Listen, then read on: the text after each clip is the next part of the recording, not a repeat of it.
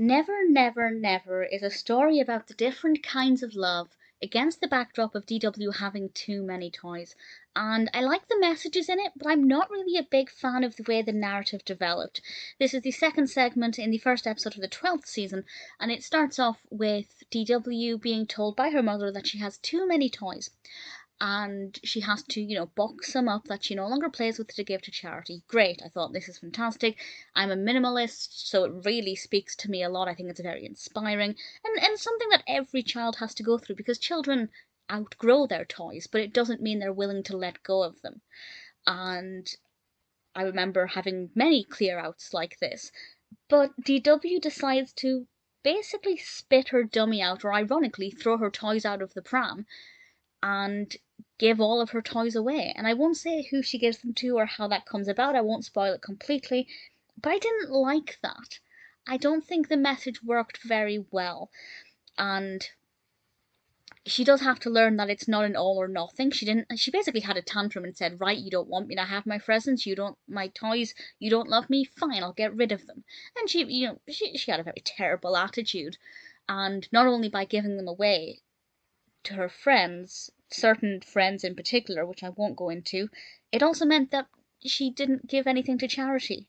And there was no charitable action involved. And I feel like that was an oversight as well. It should be encouraging children to give to those in need, not to her friends who probably already have a lot of toys because they all seem to come from, loving homes with enough money to keep the lights on. So I feel like that was a bit of an oversight, a bit of a missed opportunity. The way the narrative developed, it didn't really allow itself to regain that message or to show that, if you've got a lot, it could be good to give to those in need. There was never really an incentive for DW to get rid of her toys. And I feel like that's another thing. When you're trying to encourage children to give up toys they no longer play with, there needs to be incentive. I think one of the most common incentives is let's make room for new toys. Often having a clear out around Christmas time or in the run up to a child's birthday, even if you're not replacing like for like in terms of number, it's a really good incentive. If you want Santa Claus to bring you new toys, well, we're going to have to make room for them. DW had no real incentive. The whole love theme, which I said is kind of the main point of it, I thought was quite sweet. I loved the puppet show at the beginning. I thought that was brilliant. The design of the puppets looked awesome. So that aspect of it I thought was pretty good.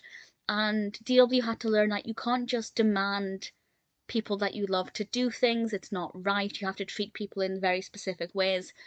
And that aspect of it I thought, yeah, that's not too bad. But on a whole, I feel like the narrative was a massive oversight. It was a great opportunity to, first of all, give parents a mechanism that they can use to incentivize children to get rid of things and also help children to learn that there are children in need, that you can do good things by getting rid of the toys that you think you love, but actually they've been gathering dust in the bottom of a toy box for several years. So it was a massive missed opportunity. The narrative didn't make that much sense to me either. And also, while I'm just on a rant, what parent lets 4-year-olds 5-year-olds, how old are the Tibbles? The Tibbles open the door at one point. I'm like, where's their grandmother? Why are they opening the front door by themselves? Just because the episode put me in such a negative outlook, I started criticizing everything about it. They've opened the door many times in many episodes, and it's never occurred to me. But it did on this occasion. Who's letting kindergarten children open the front door by themselves? Bit of an oversight as well. Never, Never, Never is not a great episode. It's got some good messages that were not delivered very well, but the messages that were delivered are still pretty decent, still pretty important, but definitely there's a lot of room for improvement.